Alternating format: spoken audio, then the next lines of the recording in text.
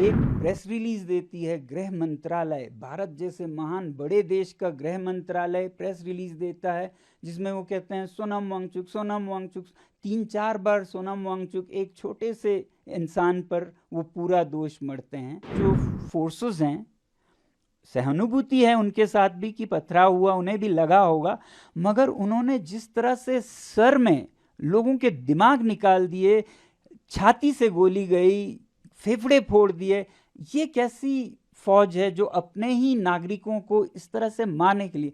4 जाने आपकी वजह से गई? नहीं, मेरी वजह से गई ये कहना गलत होगा। उनकी कोशिश है कि देश को ऐसे दर्शाएं और वो इसमें छुप जाएं। अचानक से ऐसे हजारों में युवा निकल गए मानो जैसे जेनजी रेवोल्यूशन सा हो, ऐसा एक शब्द निकल गया। वैसे मैं जेनजी प्रयोग नहीं करता हूँ ना, हमें जेनजी से इतना छूत-अछूत भी नहीं होना चाहिए। ऐसा कोई शब्द में तो बुराई नहीं है, पता नहीं कुछ लोगों को इतना क्यों लगता है।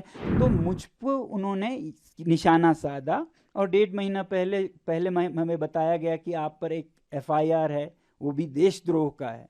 उसके बाद हमारे विद्यालय की ज़मीन वापस ले जा रहे हैं, ऐसा नोटिस आया।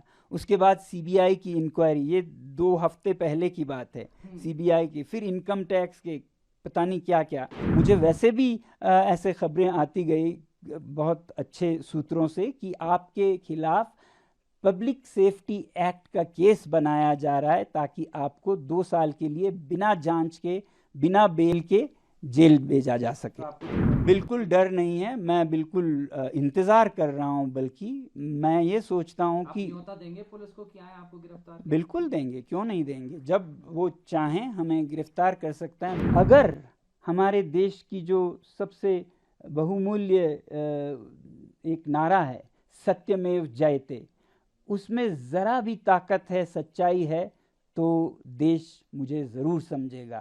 विनती करता हूं सरकार से कि इस मौत के बाद आप ऐसा खेल मत खेलिए कि ये उसका था, ये इसका था।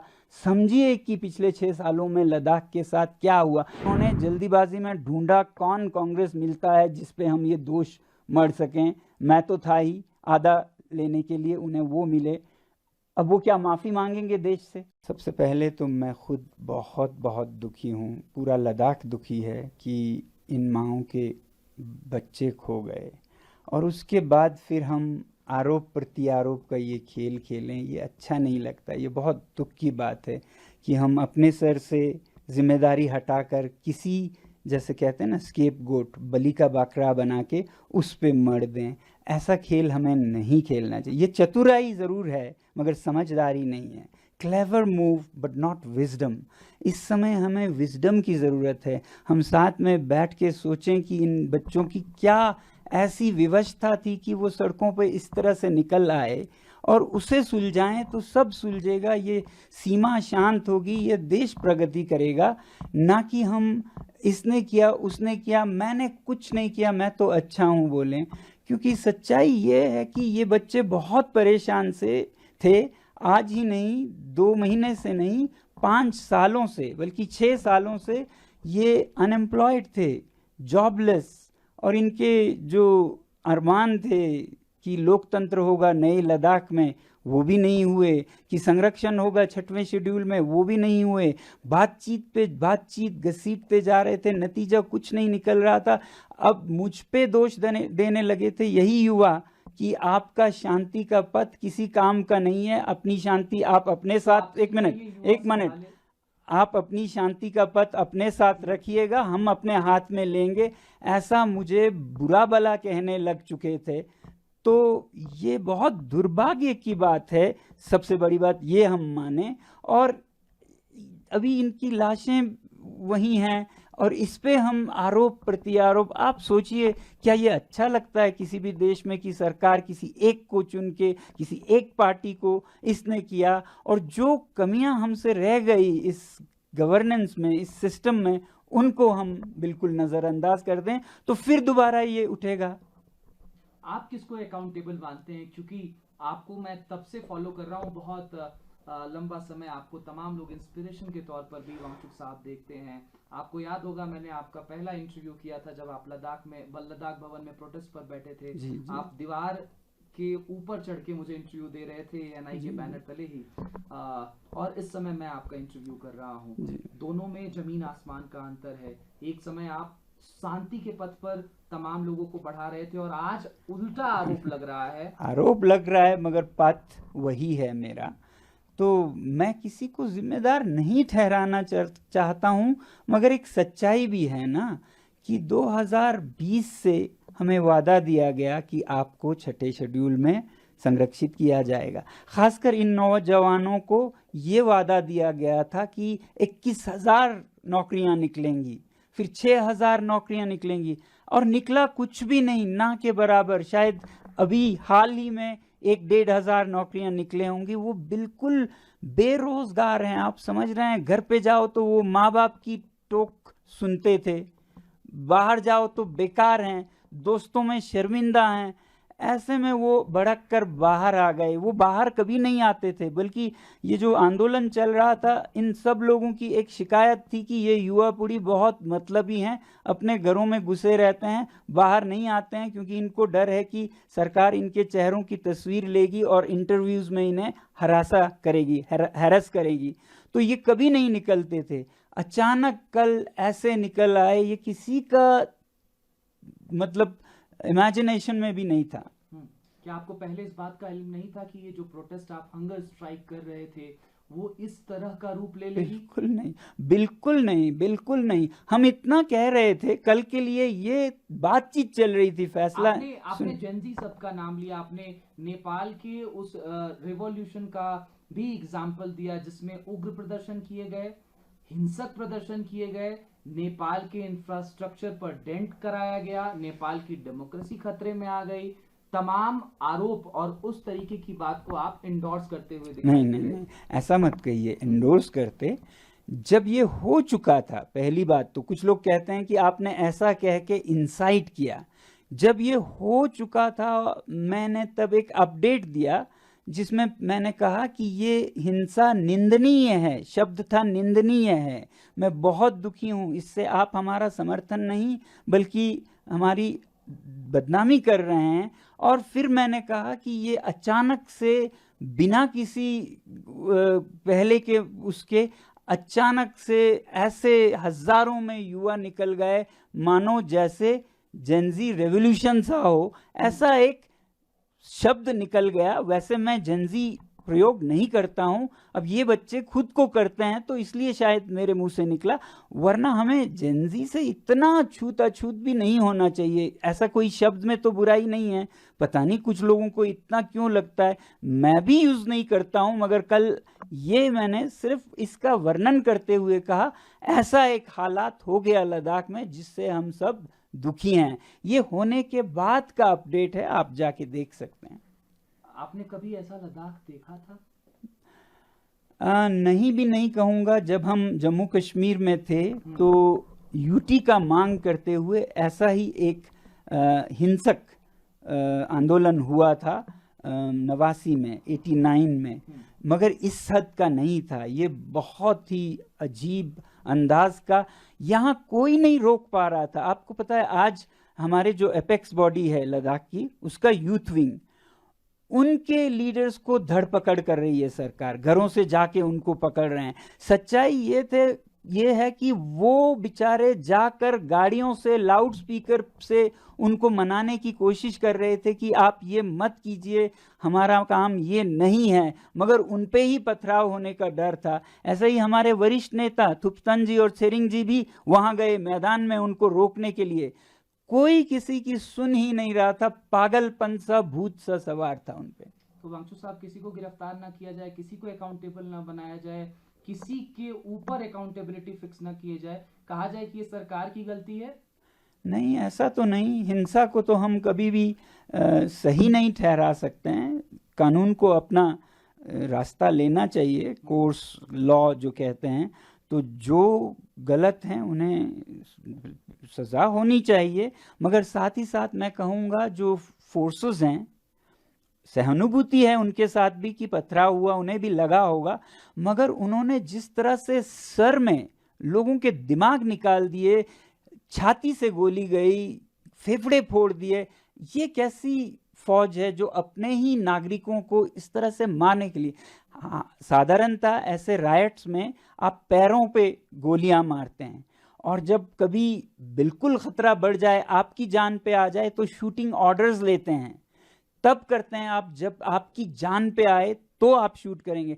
यहाँ तो किसी भी सैनिक दस्ते का, अर्धसैनिक दस्ते का कोई हताहत नहीं हुए, और इस तरफ से 4 और शायद 2-3 और जाएं, तो आप समझ सकते हैं कि इसमें गलत, आउट ऑफ प्रोपोर्शन फोर्स का यूज किया गया। इतना भारी, जैसे दुश्मन को आप जंग में मार रहे हैं, ऐसे अपने नागरिकों को मारना एक अच्छी सरकार की निशानी नहीं है। वांगचुक साहब, you are now saying that आपको स्केप गोट की तरह इस्तेमाल किया जा रहा है। अब आपकी एनजीओ की सीबीआई प्रोब भी स्टार्ट कर दी गई है। एलिगेशंस हैं कि फॉरेन फंडिंग मिली जो कि माल प्रैक्टिसेस के थ्रू आई। इस चीज को कैसे देख रहे हैं? और ठीक जिस तरीके से रिवॉल्यूशन हुआ कल, इतनी जाने गई, उसके ठीक बाद अगले दिन आपके खिलाफ सीबीआई जांच। जी नहीं, सीबीआई जांच अभी नहीं हुई। ठीक अगले दिन एक प्रेस रिलीज देती है गृह मंत्रालय, भारत जैसे महान बड़े देश का गृह मंत्रालय प्रेस रिलीज देता है, जिसमें वो कहते हैं सोनम वांगचुक, सोनम वांगचुक। 3-4 बार सोनम वांगचुक, एक छोटे से इंसान पर वो पूरा दोष मढ़ते हैं। तो ये एक कड़ी का हिस्सा है, ये भी कल का वाला भी एक कड़ी का हिस्सा है। ये कोई 1.5 महीना पहले शुरू हुआ, जबकि लद्दाख के जो चुनाव हैं वो 2 महीने में आने वाले थे। ये वही चुनाव है जिसमें लोग मांग कर रहे हैं कि पिछले चुनाव का वादा पूरा कीजिए अगले में जाने से पहले। पिछले चुनाव का वादा था कि आपको 6वें शेड्यूल में लाएंगे, तो अब लोग मांग कर रहे थे इसे पूरा किए बिना हम आपको नहीं जाने देंगे। उनमें से बड़ी आवाज़ मेरी थी, तो मुझ पर उन्होंने निशाना साधा, और 1.5 महीना पहले हमें बताया गया कि आप पर एक FIR है, वो भी देशद्रोह का है। उसके बाद हमारे विद्यालय की ज़मीन वापस ले जा रहे हैं, ऐसा नोटिस आया। उसके बाद सीबीआई की इंक्वायरी, ये 2 हफ्ते पहले की बात है, सीबीआई की, फिर इनकम टैक्स के, पता नहीं क्या क्या। तो सीबीआई के नोटिस में ये लिखा है कि 2022 से 24 में आपकी संस्था ने विदेशी मुद्रा ग्रहण किया, जबकि आपके पास अनुमति नहीं है, FCRA नहीं है। हमने FCRA नहीं लिया क्योंकि हमारा इरादा नहीं है विदेशों से हम भीख मांगे, ठीक है। मगर 2000, लेकिन आपने पैसे तो लिए। हाँ, अब देखिए वो क्या पैसा है। ये किसी भी यूनिवर्सिटी का सपना होगा, और जो ये यूनिवर्सिटी करने में काबिल होगी उसे पुरस्कार दिया जाएगा कि उसका ज्ञान यानी कि भारत का ज्ञान विदेशों में निर्यात हो। तो हमारे जो पैसिव सोलर हीटेड बिल्डिंग्स है जो हमने लोगों के लिए, इंडियन आर्मी के लिए बनाए, वो अफगानिस्तान में ले जाना चाहते थे संयुक्त राष्ट्र संघ, यूनाइटेड नेशंस, और उन्होंने इसके लिए हमें फीस अदा की। उसी तरह हमारे आर्टिफिशियल ग्लेशियर्स को स्विट्जरलैंड की एक यूनिवर्सिटी और इटली के एक संस्था चाहते थे कि ये प्रोजेक्ट्स में प्रयोग किया जाए। उसके लिए हमें ज्ञान की दक्षिणा, फीस अदा की। वो फीस बाज़ाब्ता टैक्स के साथ है। आप जब चंदा लेते हैं उस पर टैक्स नहीं लगता है। ये सर्विस एग्रीमेंट है जो आपकी एक क्या कहते हैं, इज्जतदार नॉलेज पार्टनर किसी और को नॉलेज सप्लाई करता है। तो इसको फॉरेन कंट्रीब्यूशन नहीं कहते हैं। वो भी समझ गए कि उन्होंने गलती से इसे फॉरेन कंट्रीब्यूशन माना, मगर बंद करने के बजाय अब वो 22 से 24 के बजाय 21-20 कहीं तो कुछ मिले ढूंढने लग गए। फिर हमारे जो छोटे बच्चों का विद्यालय है वहाँ चले गए, उससे मांगने लगे। ठीक है, मांगिए, आपको जो मिले ले लीजिए, मगर मैं ये कहता हूँ कि आपको ये मिलेगा कि यहाँ एक ऐसा विद्यालय है जहाँ के संस्थापक खुद अपनी जेब से विद्यालय को 1-1 करोड़ साल का देते हैं। अब उसका क्या इनाम देंगे वो, ये मैं नहीं पूछना चाहूँगा। इनकम टैक्स के समन्स आ रहे हैं, उन्हें ये नहीं पता है कि लद्दाख क्षेत्र में कोई टैक्स नहीं देता है, टैक्स माफ़ है यहाँ, फिर भी एक आदमी देता है, वो मैं हूँ, क्योंकि मैं अपना दायित्व समझता हूँ और मैं दे सकता हूँ। तो बिना ज़रूरत के टैक्स देता हूँ। कितने लोग हैं भारत में जो बिना मांगे टैक्स देते हो, उस पर इनकम टैक्स के संबंध मानो ये कह रहे हैं कि आपने क्यों टैक्स दिया। तो ये विच हंटिंग का एक बदकिस्मती से कहना पड़ रहा है, एक कड़ी सा चला, जिसका आखिरी कड़ी था कल जब हिंसा के बाद पूरा का पूरा दोष सोनम वांगचुक पर डाला। मुझे वैसे भी ऐसे खबरें आती गई बहुत अच्छे सूत्रों से कि आपके खिलाफ पब्लिक सेफ्टी एक्ट का केस बनाया जा रहा है ताकि आपको 2 साल के लिए बिना जांच के, बिना बेल के जेल भेजा जा सके। तो आपको डर है कि अब आपकी गिरफ्तारी? बिल्कुल डर नहीं है, मैं बिल्कुल इंतजार कर रहा हूं, बल्कि मैं ये सोचता हूं कि न्योता देंगे पुलिस को कि आए आपको गिरफ्तार करें? बिल्कुल देंगे, क्यों नहीं देंगे। जब वो चाहें हमें गिरफ्तार कर सकता है। मैं सोचता हूं कि मेरे जेल में होना देश को ज्यादा जगाएगा मेरे बाहर होने से, क्योंकि देश नज़ारा देखेगा। जो आदमी देश विदेश से भारत के लिए मैग्सेसे से लेके रोलेक्स अवार्ड से लेके 30 पुरस्कार लाता है, 8 तो यूनिवर्सिटीज़ के ऑनररी डॉक्टरेट्स लाता है, देश का नाम ऊंचा करता है, यहाँ के ज्ञान को निर्यात करता है, और चीन जैसे देशों के खिलाफ बायकॉट चाइनीज़ प्रोडक्ट्स का मुहिम चलाता है, जो आगे ले जाके सरकार भी उसे आगे बढ़ाती है। उसी आदमी को हम आज ऐसे दोषों में जेल डाल रहे हैं। ये नज़ारा जब वो देखेंगे तब वो समझेंगे कि आज देश कैसे चल रहा है। तो इसलिए मैं सोचता हूँ मेरी देश सेवा की यही एक आखिरी कड़ी रह गई है। वांगचुक साहब, क्या पहले जैसे सोनम वांगचुक बनकर के अब उन तमाम युवाओं के बीच में, लद्दाख वासियों के बीच में, भारतवासियों के बीच में, हमने देखा है आप क्लाइमेट चेंज पर बात करते हैं, आप ग्लोबल वार्मिंग पर बात करते हैं, बड़ी संख्या में युवा आपको फॉलो करते हैं। जब आप विदेशों में जाते हैं, आप एक पोस्ट करते हैं, उस पर मिलियंस लाइक होती हैं। तो you are an youth inspiration sir, लेकिन क्या आपको लगता है कि अब वो क्रेडिबिलिटी उस सोनम वांगचुक की रह जाएगी, क्योंकि 4 जाने आपकी वजह से गई? नहीं, मेरी वजह से गई ये कहना गलत होगा। उनकी कोशिश है कि देश को ऐसे दर्शाएं और वो इसमें छुप जाएं। ये कोशिश है। देश के लोग इतने बेवकूफ़ नहीं हैं। आप समझ सकते हैं कि देश के लोग इतने नहीं हैं कि जो उनको खिलाया जाए वो पी जाएं, खा जाएं। देश ज़रूर समझेगा कि सच्चाई क्या है। क्या पुराने वाले सोनम वांगचुक की तरह, जैसे आप दिल्ली में बैठ जाते थे प्रोटेस्ट करने, आप तमाम जगहों से वो इंफॉर्मेटिव चीज़ें डालते थे, आप हंगर स्ट्राइक पर बैठ जाते थे, क्या आपको लगता है कि अब उसी तरीके से लद्दाख वासी, देशवासी आप पर भरोसा करेंगे उस पुराने वांगचुक की तौर पर? देखिए, लद्दाख वासी तो और भी 10 गुना करेंगे, क्योंकि उन्हें सच पहले से ही पता है। देशवासियों को जैसे जैसे पता चलेगा वो भरोसा करेंगे, उससे भी ज़्यादा पहले से भी, क्योंकि अब तो ये 75 कठिन परीक्षणों से परखा हुआ सोना है। कल तक तो ये सोना है बोलते थे, मान लेते थे। अब उन्हें दिखेगा कि ये सोना कहीं गलता नहीं, पिघलता नहीं, बर्फ़ में हो चाहे आग में हो, ये खड़ा रहता है। अगर हमारे देश की जो सबसे बहुमूल्य एक नारा है, सत्यमेव जयते, उसमें ज़रा भी ताकत है, सच्चाई है, तो देश मुझे ज़रूर समझेगा, अगर सत्यमेव जयते अभी भी जिंदा है तो। वांगचुक साहब, मेरा ये अंतिम सवाल रहेगा कि अब आप क्या उसी बुलंदी के तौर पर लद्दाख के पूर्ण राज्य की मांग हो, 6th स्केड्यूल की मांग हो, उसको आगे बढ़ाएंगे? क्योंकि अब हमने देखा कि इस प्रोटेस्ट को उस तरीके से लोग नहीं देख पाएंगे, तो क्या अब कल से उसी तौर पर आप लग जाएंगे? क्योंकि आपने तो हंगर स्ट्राइक भी खत्म कर दी, अब आप पर तमाम आरोप हैं, तो क्या उसी मोटिवेशन के साथ, उसी ऑप्टिमिस्टिक एटीट्यूड के साथ आप वो सारी मांगे लद्दाख के लिए कल से रखेंगे? पहली बात, अगर हमने आप रखेंगे एएनआई पर? जी, अगर हमने अनशन बंद किया, वो देश हित में, लोगों के हित में किया कि अगर इतना उपद्रव हो रहा है तो ऐसे में हम अनशन ही हटा देंगे, क्योंकि इस उपद्रव के पीछे युवा का डर था कि ये अनशन वालों को कुछ हो ना जाए, इसलिए वो भड़क गए थे कि 14वें दिन पे 2 लोग अस्पताल चले गए, ले जाना पड़ा गंभीर स्थिति में।